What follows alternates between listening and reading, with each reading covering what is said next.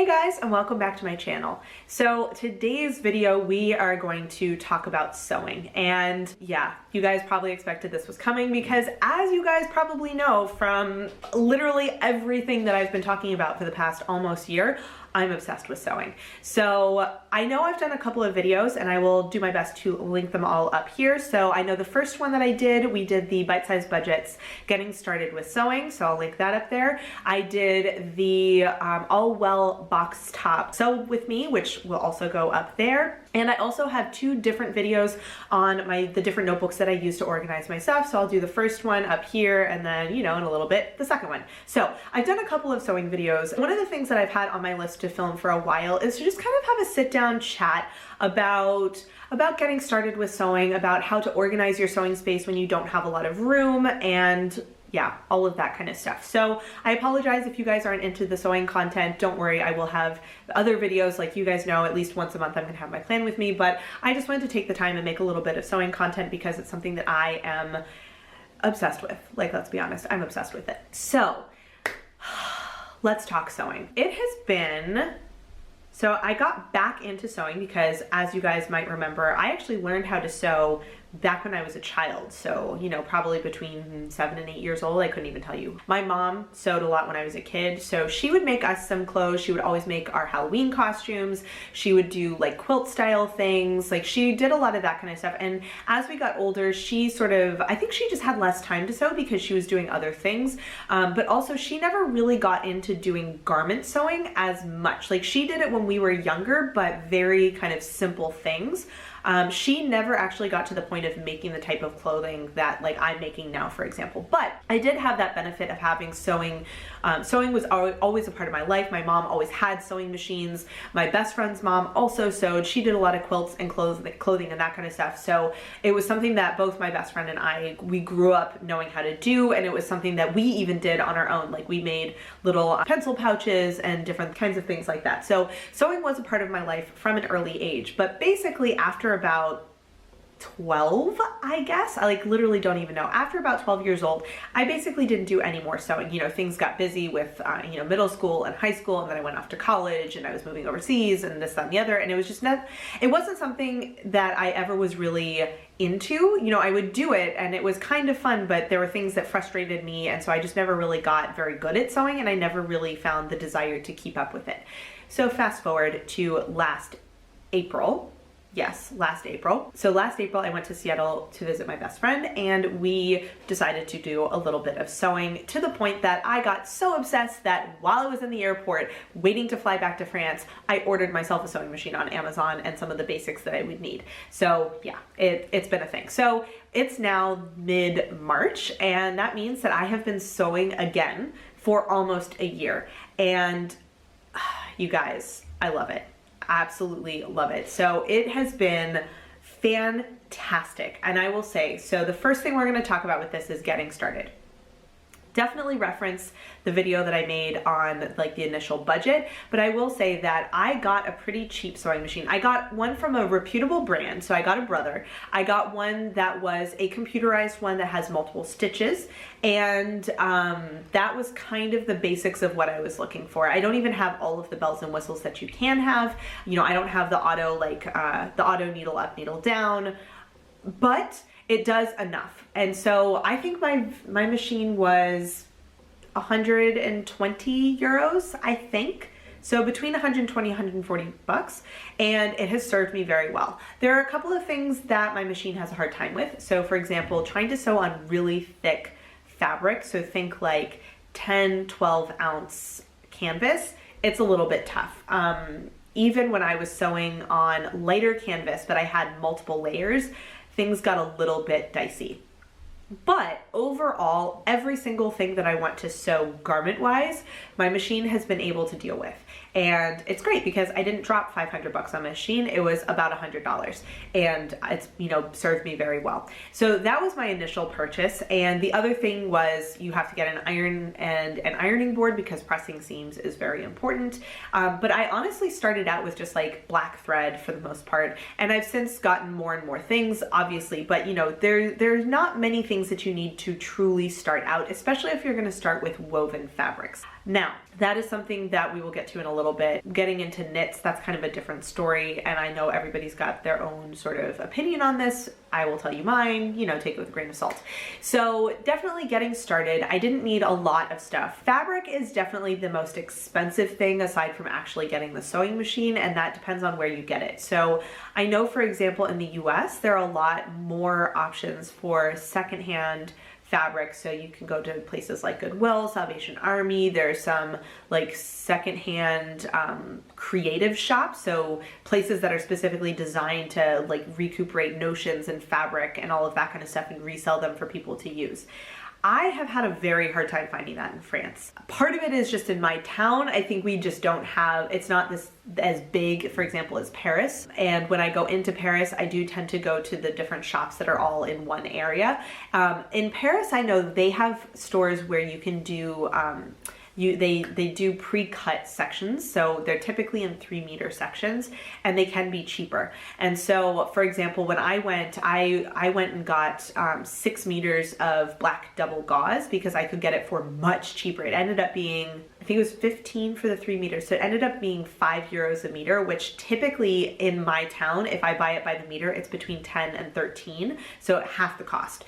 So I do know there are some places like that. In terms of finding actual secondhand fabric and reused fabric and that kind of stuff, I really just, I don't know where to look because it's not something that I'm really familiar with here in France. But I do know in the US there are more options, and maybe in other countries as well. So that is one way to get things for a little bit cheaper. I have been very lucky in that my mom has an insane fabric collection because obviously she's been sewing for the past 50 years, actually probably even longer. But so when I was back in the States over the summer, I actually was able to bring some fabric back. And when my parents came to visit me for Christmas, they actually brought some fabric over. So things that were in my mom's stash that she wasn't going to get to, I was able to rescue and give it a second life. This top, for example, this is actually one that I got at my fabric store, but it was a scrap. So it was like, I think it was like €2 for a scrap. It was maybe a meter, and I was able to fit one top out of it. There are a couple of little like almost pick marks. They're not holes, but almost pick marks. I've got one in the front and one in the back that I will have to darn at some point, but it was super cheap, and it was a great way for me to test out something without using some really good fabric, but it's actually a top that I like that I will wear. So I've been trying to find ways of reusing fabric like that because in my stores, I don't really have a good place to go just specifically to look for secondhand stuff. So that's one way of cutting down the cost of fabric. The other thing for starting, one of the biggest questions is, what do you start out sewing? So I kind of jumped in feet first because I already sort of knew the basics of sewing. So one of the things that if you're really starting from absolute basics, I really like doing something like a bag, and I actually got Helen's Closet has the free tote bag pattern. It's the COSTA tote. I have made 2 myself and I love them. They are just very simple, but they have big pockets, like they're great. And I actually used that pattern to teach a friend of mine how to sew. So I'll link that down below if you want to go check it out. So that is a great way to start. The other, if you really want to, like you're dying to get into garment making, the Allwell box top. Like, let's be honest, I've made like 1,000 of these and I absolutely love them.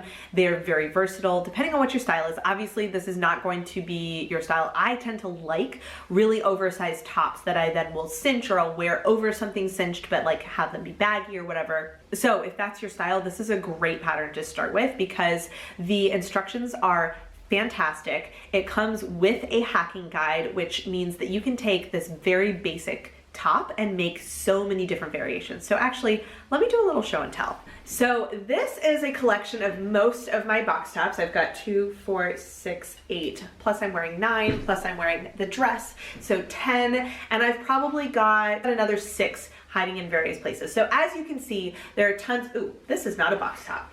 Sorry about that. You are not a box top. I do love that top, but it's not a box top. So this is a super versatile pattern. So for example, you can start with something very simple like a, just the standard top. So this is a very simple thing. This is actually the top that I made in that sew along video, the box top sew along video. So this is just a regular size 2, no alterations whatsoever, short sleeve box top, as you do, and it is perfect. I wear this all the time when it's warmer out because, oh my gosh, it's so comfortable, and also it's great for layering and that kind of stuff. Oops, we're gonna just we're gonna make a huge old mess. But then you can start getting into different variations. So for example, this top, this is a size 3 that I did a split, very subtle high-low hem for, right? So that's something that in the hacking guide, they teach you how to do the high-low hem. They, teach you how to do a split hem, like how you're gonna sew that, all of that.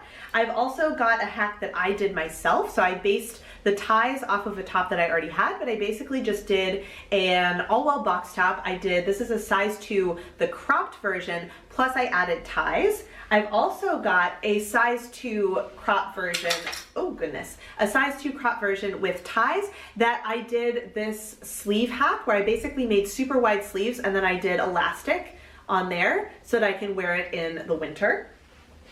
You've got, so let's see, I've got 2 more. These are 2 just normal size 2 box tops. As you can see, they're super useful. I love them for tucking into high-waisted pants. And then the last variation I've got, well actually second to last variation, is the ruffle top. So this is the first ruffle top I made. This is like super thin, like viscose rayon. I'm not even sure what it is. And it's just a normal size 2, but with the ruffle hack that they actually have the pattern pieces for. And then I made another one that I kind of adapted a little bit because the size 2 is a little bit too wide. So I just kind of fixed it. But as you can see, like, these don't look like the same top at all because I used very different fabric. Then, hold on a sec, I've got things all over. So the last variation we've got is, and excuse me while I low-key strip on camera, that's okay, I've got a bajillion layers on. So this is the box dress. And I actually initially made this just as a straight box dress, and I very recently, like literally a couple weeks ago, added elastic to kind of cinch it because it's a very oversized thing and I like having a little bit of definition at the waist.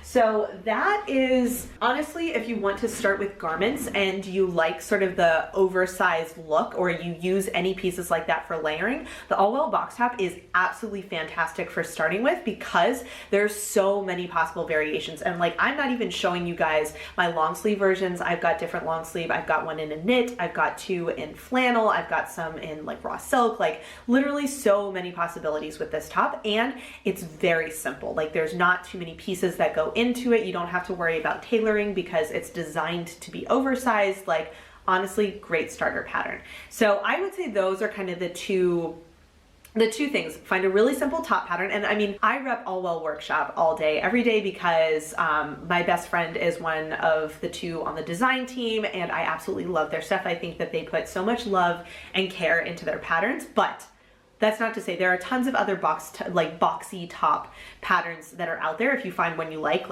absolutely go for it. But that kind of a simple top or a simple tote bag are really great for getting started. They kind of teach you some really basic skills and you can just build from there. So yeah, that's kind of chatting about patterns. And obviously there are so many patterns out there. I know personally I use indie pattern companies as much as possible. I don't think I've actually made anything from a big name brand pattern at this point.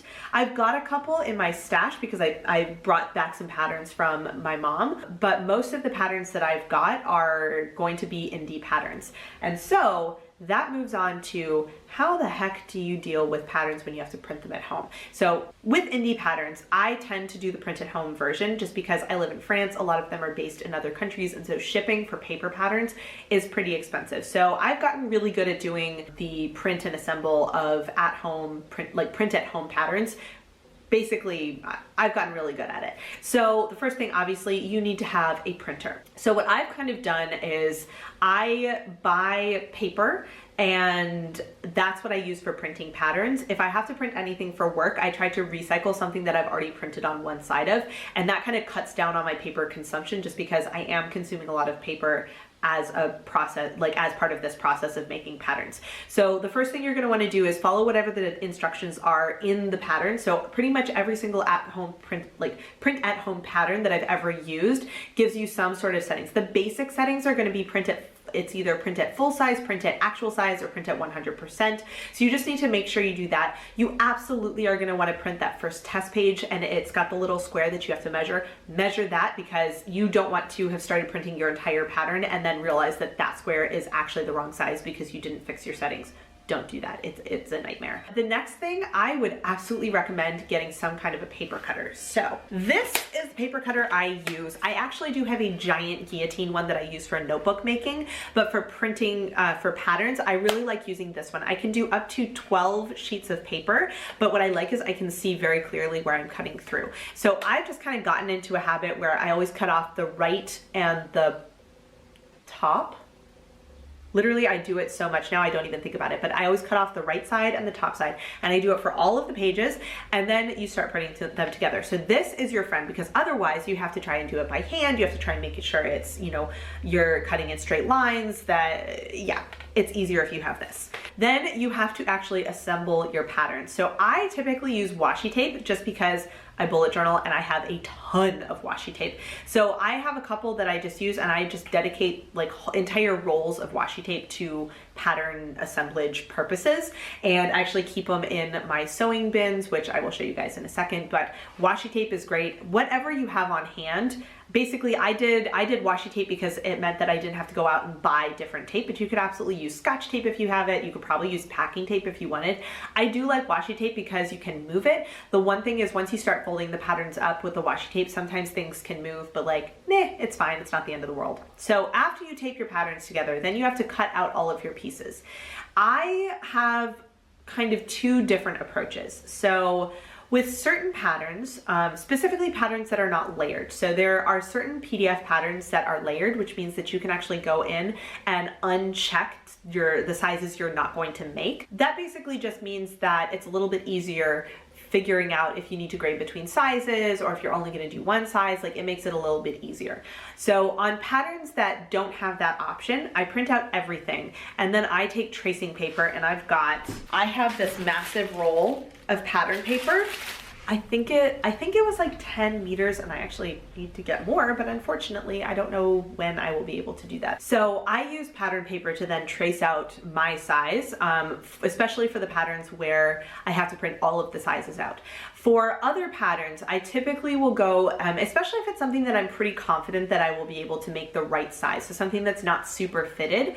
A lot of times what I'll do is I'll just uncheck every layer except for the one that I need for my size and print that out, and then I just use that printed out assembled pattern as my actual pattern. Then if I need something where I'm going to grade and there's layers, then I will just print out the layers that I need, and then I'll trace my pattern over it. So you're going to need pattern paper at some point, but there are some instances where I have the base pattern that I then will trace my size because I have to, or some that I will have the base pattern that's already in my size that I just use as my pattern, and like that's all I have. The other thing is on anything that you are going to be able to make a lot of variations. So I'm thinking specifically the all-well box top, the all-well cardigan coat. I think those are probably the two that I have the most. I print out everything and then I trace my size because I tend to have a ton of different variations that I'm gonna do. So in my, so let me get that folder so I can show you. So I live in an apartment, obviously, and I've had to kind of come up with some creative ways of storing patterns. So I actually have a little footstool that is a box basically. So, you know, you put the lid on, it's a little footstool, but you open it up and you can store stuff. So I actually have just like a printer paper box in there to kind of help things stand up, and all of my patterns go in there. So any pattern that I print, I put in an envelope like this. And at some point I might need to change this because the patterns I use the most, these envelopes don't hold up forever. So we'll see how that goes. But this is kind of an example of one of my patterns. So this is the box top and variations. And I like to label, so let's get one that has a little bit more information. So here's an example of one that I've done more recently. So this is the SOPHIE HINES Axis tank, and I've written down seam allowance is 1/4 inch, and I've written down what the different views are. So, you know, view 1 is the scoop neck, view 2 is scoop neck plus color block, etc., etc., etc. And then I've also got the size guide, which means that if I need to do a different size in the future, then I'm good to go. I have that information here. And this is one that, oopsie daisy, that as you can see here, when I printed it out, I just roughly cut out the piece, but I have every single size. So that means that I have had to trace my own size on here, and I've actually got two versions. So I have, this is the first of mine that I traced. So that's kind of what it would look like after. And I do write everything on there that I would need. And then I have a second version that isn't even in the envelope because I want to cut out a version that I had to make some alterations to the pattern to fit me. And so I have a second version on tracing paper that is ready to go. So that is what I try and do now, is I try and do the pattern company, the pattern maker, the name of the pattern, and then for certain ones that I have printed out only one version, then I would write down what version. If it's anything that I've printed out one specific size, I write what size I've printed out. If there's no size on there, that means I have all of the sizes in the envelope. So for something like the Allwell box top, as you can see, like, she's a chunker because I have done so many different variations. Ooh, oh my gosh, can I even get this out? There we go. So when I printed this off, they actually give you the choice of printing sizes 1 through 3, and then I think it's sizes 1 through 6. So I think, but basically when I printed it, I had the option of just printing out sizes 1, 2, and 3. And based on, so my actual size based on their recommendations is a size 2, but because of how much ease they have, I actually can fit into a size 1 and a size 3, like if I want to, depending on what look I'm going for. I could obviously go up higher, but like for me, like that's typically a pretty good range. So I printed that out for myself. So let's see, can I even find my base pattern? Oh my gosh, come on. So as you can see, I fold everything up so it fits in my envelope. And as you can see here, I've got, like, you can see kind of the little holes here because it's folded over there. But so I've got my basic pattern, right? This is size 3. So anytime I make a size 3 box top, I just use this pattern. But, and I've also got, for example, I've got my long sleeve. So again, whenever I make a long sleeve size 3 box top, I just use the pattern that I actually printed out. But then I've got all of the different variations, and I try my best to keep them together. So this, for example, is all folded up, and this is a size 1 box top with the long sleeve that I was going to make for my mom. So this is all together. I don't have the fabric yet, so I haven't done it, but at some point I'm going to make it for her. I've got, whoopsie daisy, the pocket that goes with the dress, and I actually use this pocket pattern for other things sometimes. I've got this one, oh dear. This is the ruffle top, which this is my normal ruffle top. So this is the ruffle pattern piece. So I just keep those together. This is, I think this is my dress. Yep, so this is my dress. So I just kind of keep each variation together, but I honestly have just left them all in this one envelope because it was easier. I think I'm gonna have to split them out at some point just because there are certain ones that I make most frequently, and I think what I would do if I were to split them out is I would do each variation. So for example, do the dress in an envelope, do any of my ruffle tops. I've got 2 versions of the ruffle tops. I have the initial one I made, and then I made some alterations to the pattern. And so I would have that in there as well. And I would probably do like size 2 and size 3 for normal and crop. So I might eventually do that just because my folder is getting a little bit full. But that is an example of a pattern where I would have the printout version and multiple variations of the pattern that I've done for different styles. And so that's why I like to make sure I have the initial pattern so I don't have to print it out again. And because of how simple the pattern is, I can basically use that to cut out anything I make in a size 3. But then I can also use it as a base if I want to play around with different sizes. So that kind of is the way that I avoid printing things out more than once, but that I still have the flexibility to make different things in different variations, sizes, etc., etc. Yeah. So let's actually start moving around, because the next thing I want to show you is how I've actually organized sewing in my apartment, because obviously I don't have infinite space. So how does that actually work? So we're gonna take a little wander. So I apologize. Oh dear, here we go. Things are gonna be a little messy. It's gonna be hard to be in frame, but you don't really need to see me. So this is my pattern box. So if you see here, if I put the lid on it, there we go, all good to go. And this is just where I keep all of my patterns. So I've got my 2 hacking guides because I actually, I'm gonna just sit on the floor. Haha. Hey guys. So I've got my 2 hacking guides printed out because these I reference a ton. So I've actually even bound them with thread. So this is for the box top, and this is for the cardigan coat, and I use them pretty frequently, even for all well patterns, I will use them for other things. So then my patterns that are in this box, I don't know if you can see, I've got a printer box in here.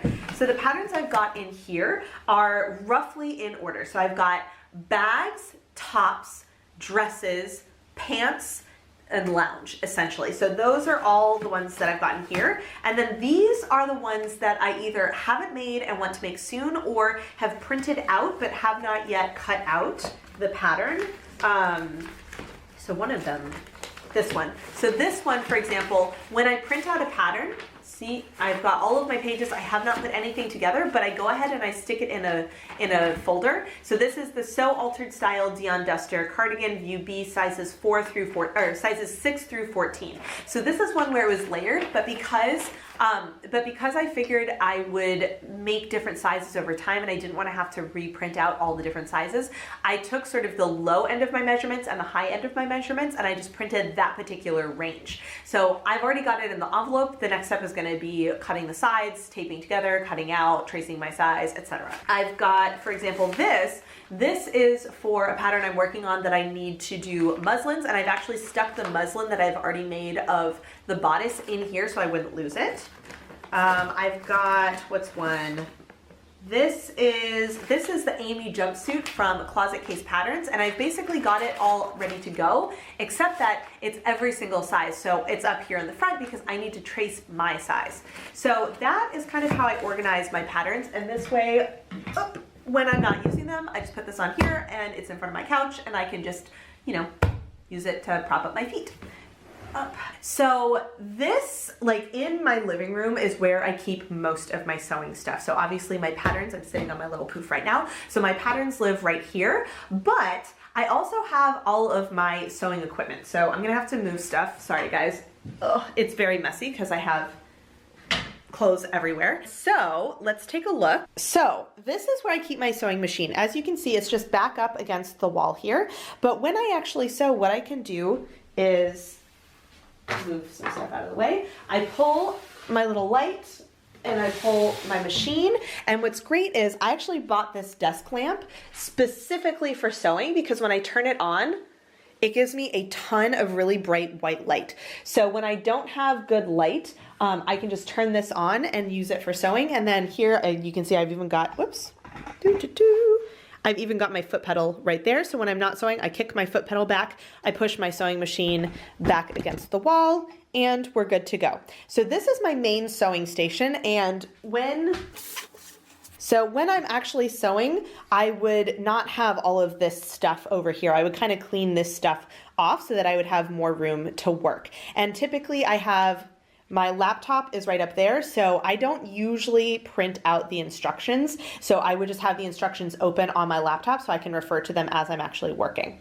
So then, move over here. I've got my kind of secondary area. So I'm gonna pull back so you guys can kind of see. There we go. That's a little bit of a better angle. So this is a piece of furniture that I got over Christmas, and this is where Marie Antoinette, so my big guillotine for notebook making, lives. I currently have these little bins because I've got buttons chosen for a couple of different projects, and I didn't want to forget what I was doing, so I've just got a little sticky note that says what project it's for, but they're just in these bins living up here for right now.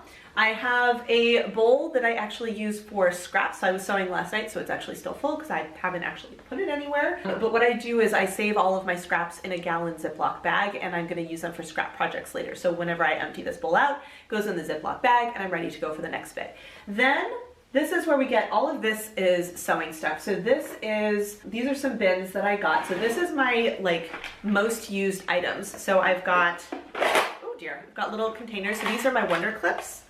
I've got a seam gauge, I've got my pin cushion, I've got my snips, chalk for marking, my Hera marker, all kinds of stuff. I've got my little doohickey for changing the needle on my sewing machine.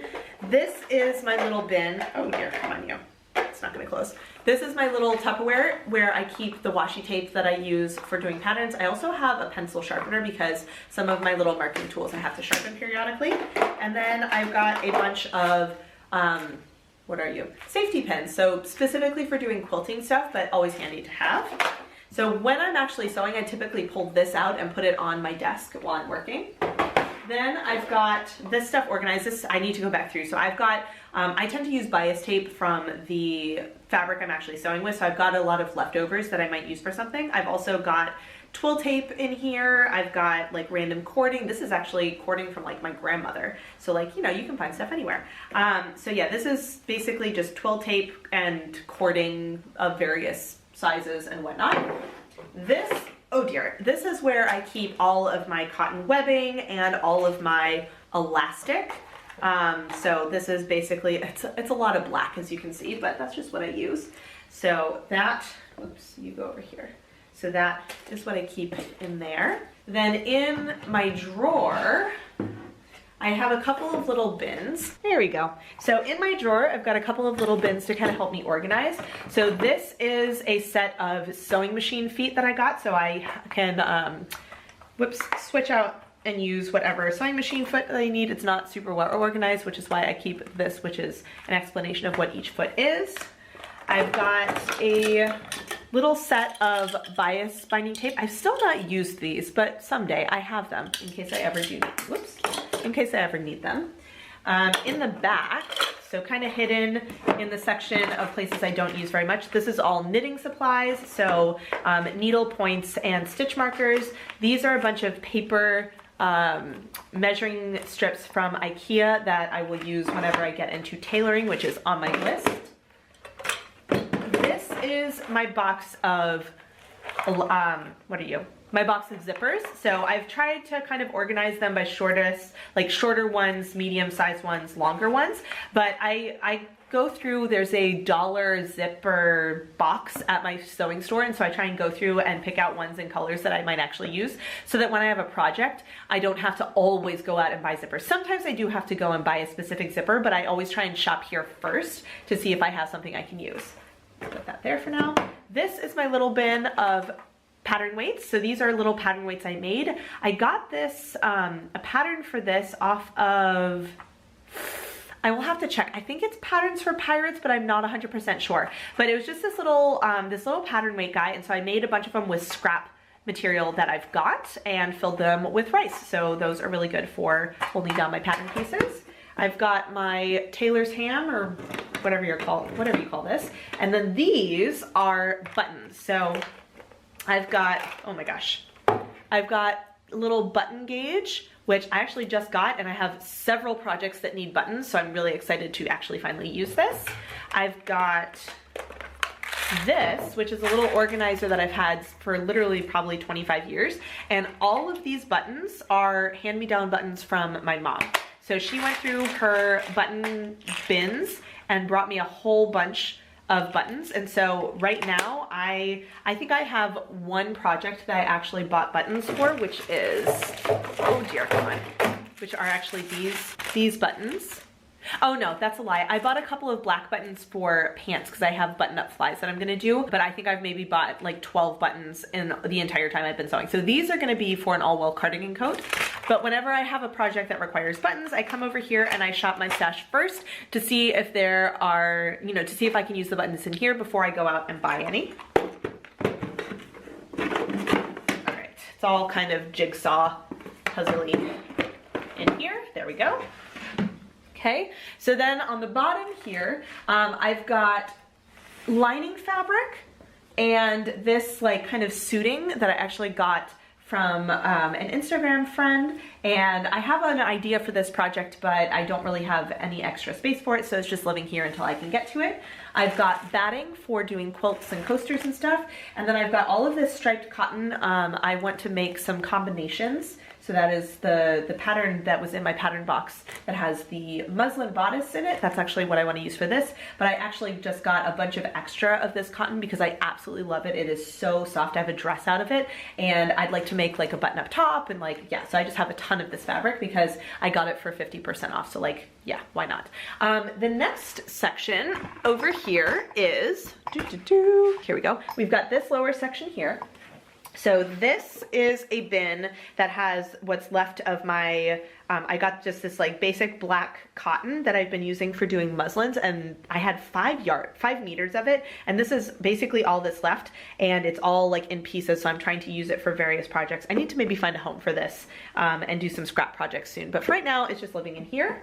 Then I've also got my scrap box. So these are all pieces that I think are big enough that I would be able to do something with, but not big enough to make like a full garment out of. So they just live in here to kind of keep them out of the way. Then I've got this little 3 drawer. So the first drawer, this is all needles, pins, hardware. So I've got snaps, I've got grommets, I've got all kinds of things in here. Hand stitching needles, sewing machine needles, straight pins, extra measuring tapes, like basically just extra things that I don't use all the time, but that I need to have easy enough access to.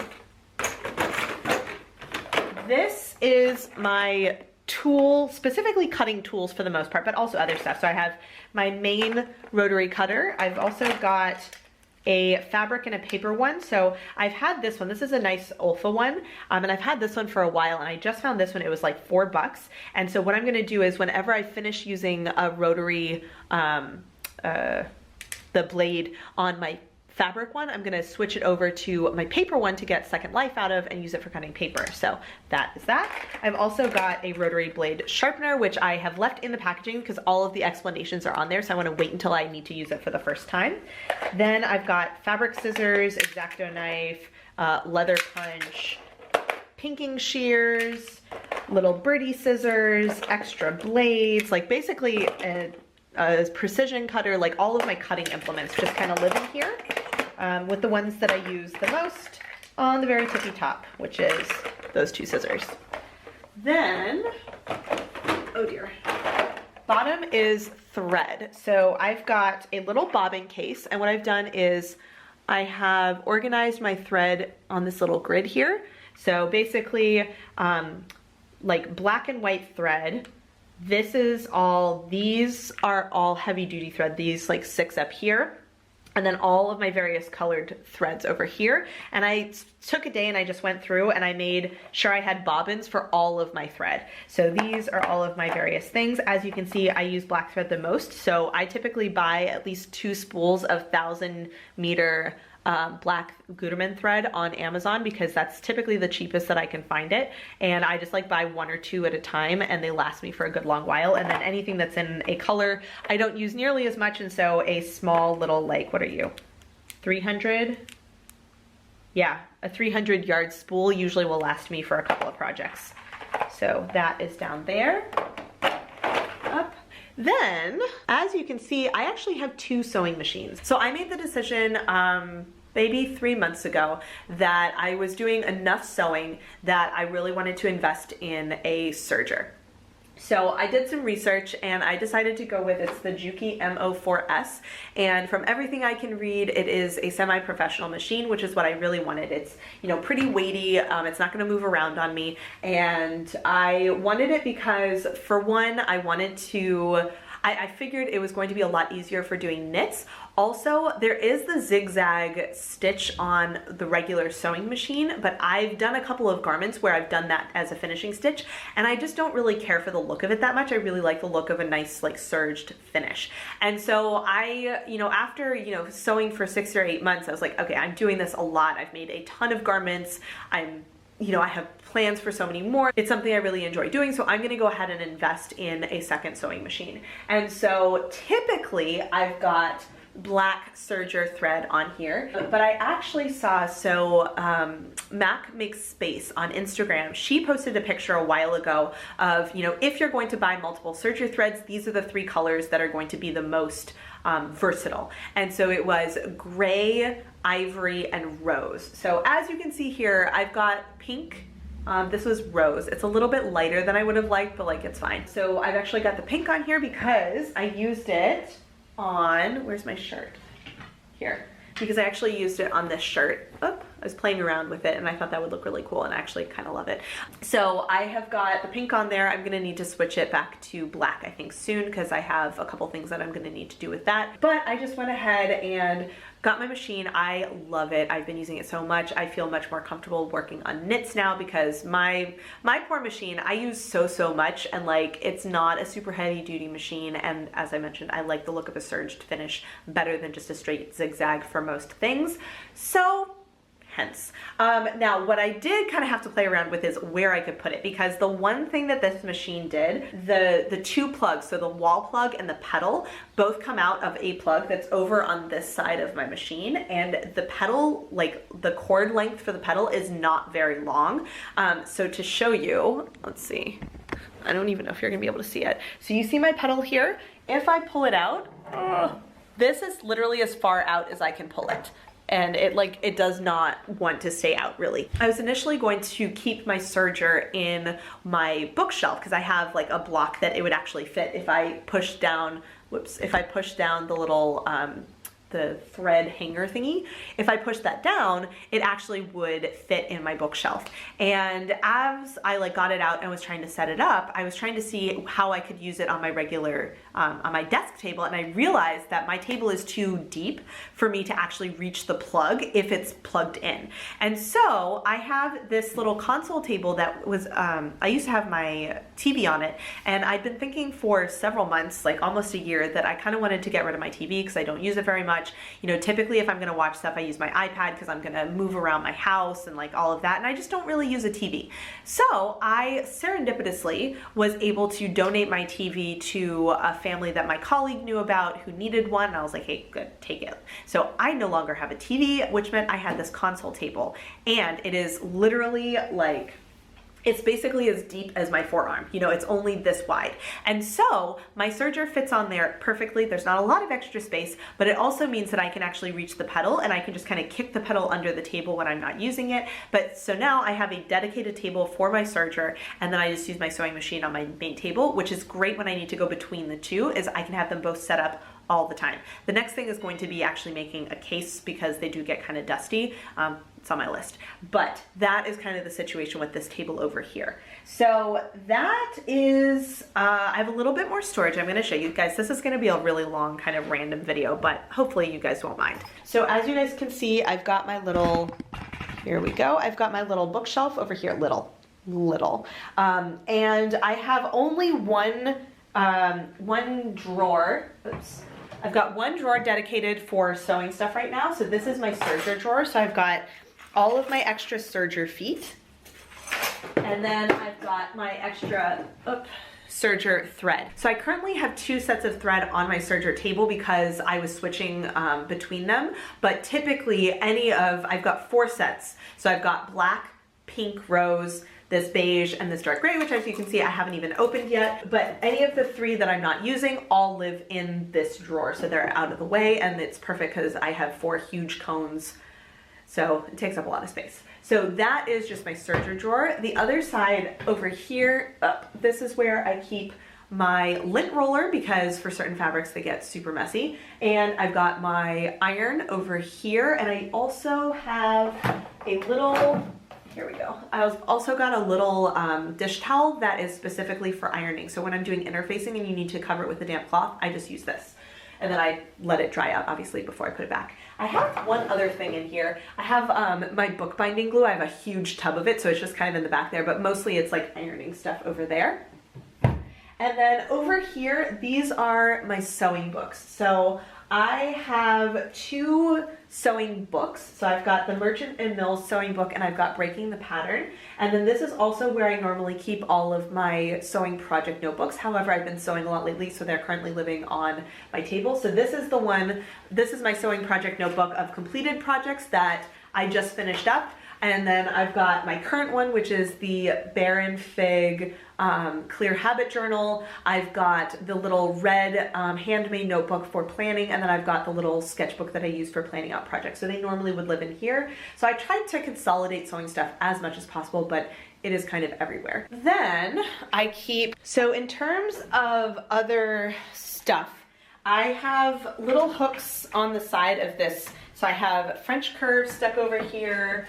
I've got a flex curve over here. This is also where I keep my pattern paper. I typically keep one of my cutting boards over here and one behind my bookshelf, but I've been using them so they're actually over here. So I currently have all of my fabric. So as you can see, I was just cleaning up stuff. This was actually on my kitchen table just this morning, but I needed to film today. So I've got all of my cutting stuff over here, but typically these they have their own like permanent home. But I have these rolling bins, so I have 2 of them, and that holds all of my fabric except for some, because I have a lot of fabric. We're working on it. So these originally lived under my bed. Unfortunately, when I do laundry, my drying rack is over in my bedroom, and so I couldn't actually get to the bin. So they've been living out here while I'm doing a lot of sewing, and then they'll eventually move back under my bed in a little while. So that is most of like the storage kind of stuff. I do have 1 cube in my bedroom that I use to store fabric, and I have extra scrap, like all of my bags of scrap fabric are under a chair in my bedroom. But the last place that I really use for sewing is my kitchen table. So this is where I do a lot of my sewing prep, and the great thing is that my table actually opens out, so I can open it out really, really long. So this is where I do all of my cutting, and then I've got my chairs over here. As you might be able to see, I've got piles of sewing stuff over there. So as you can see, I have a lot of sewing stuff in kind of a very small area because I live in an apartment. But the really nice thing is I have a very nice big table, and I have enough like little tables for both of my sewing machines. So I do have to make sure that I clean things up periodically so it doesn't like overflow, but I've been able to really make this work just to do a lot of sewing in a very small space.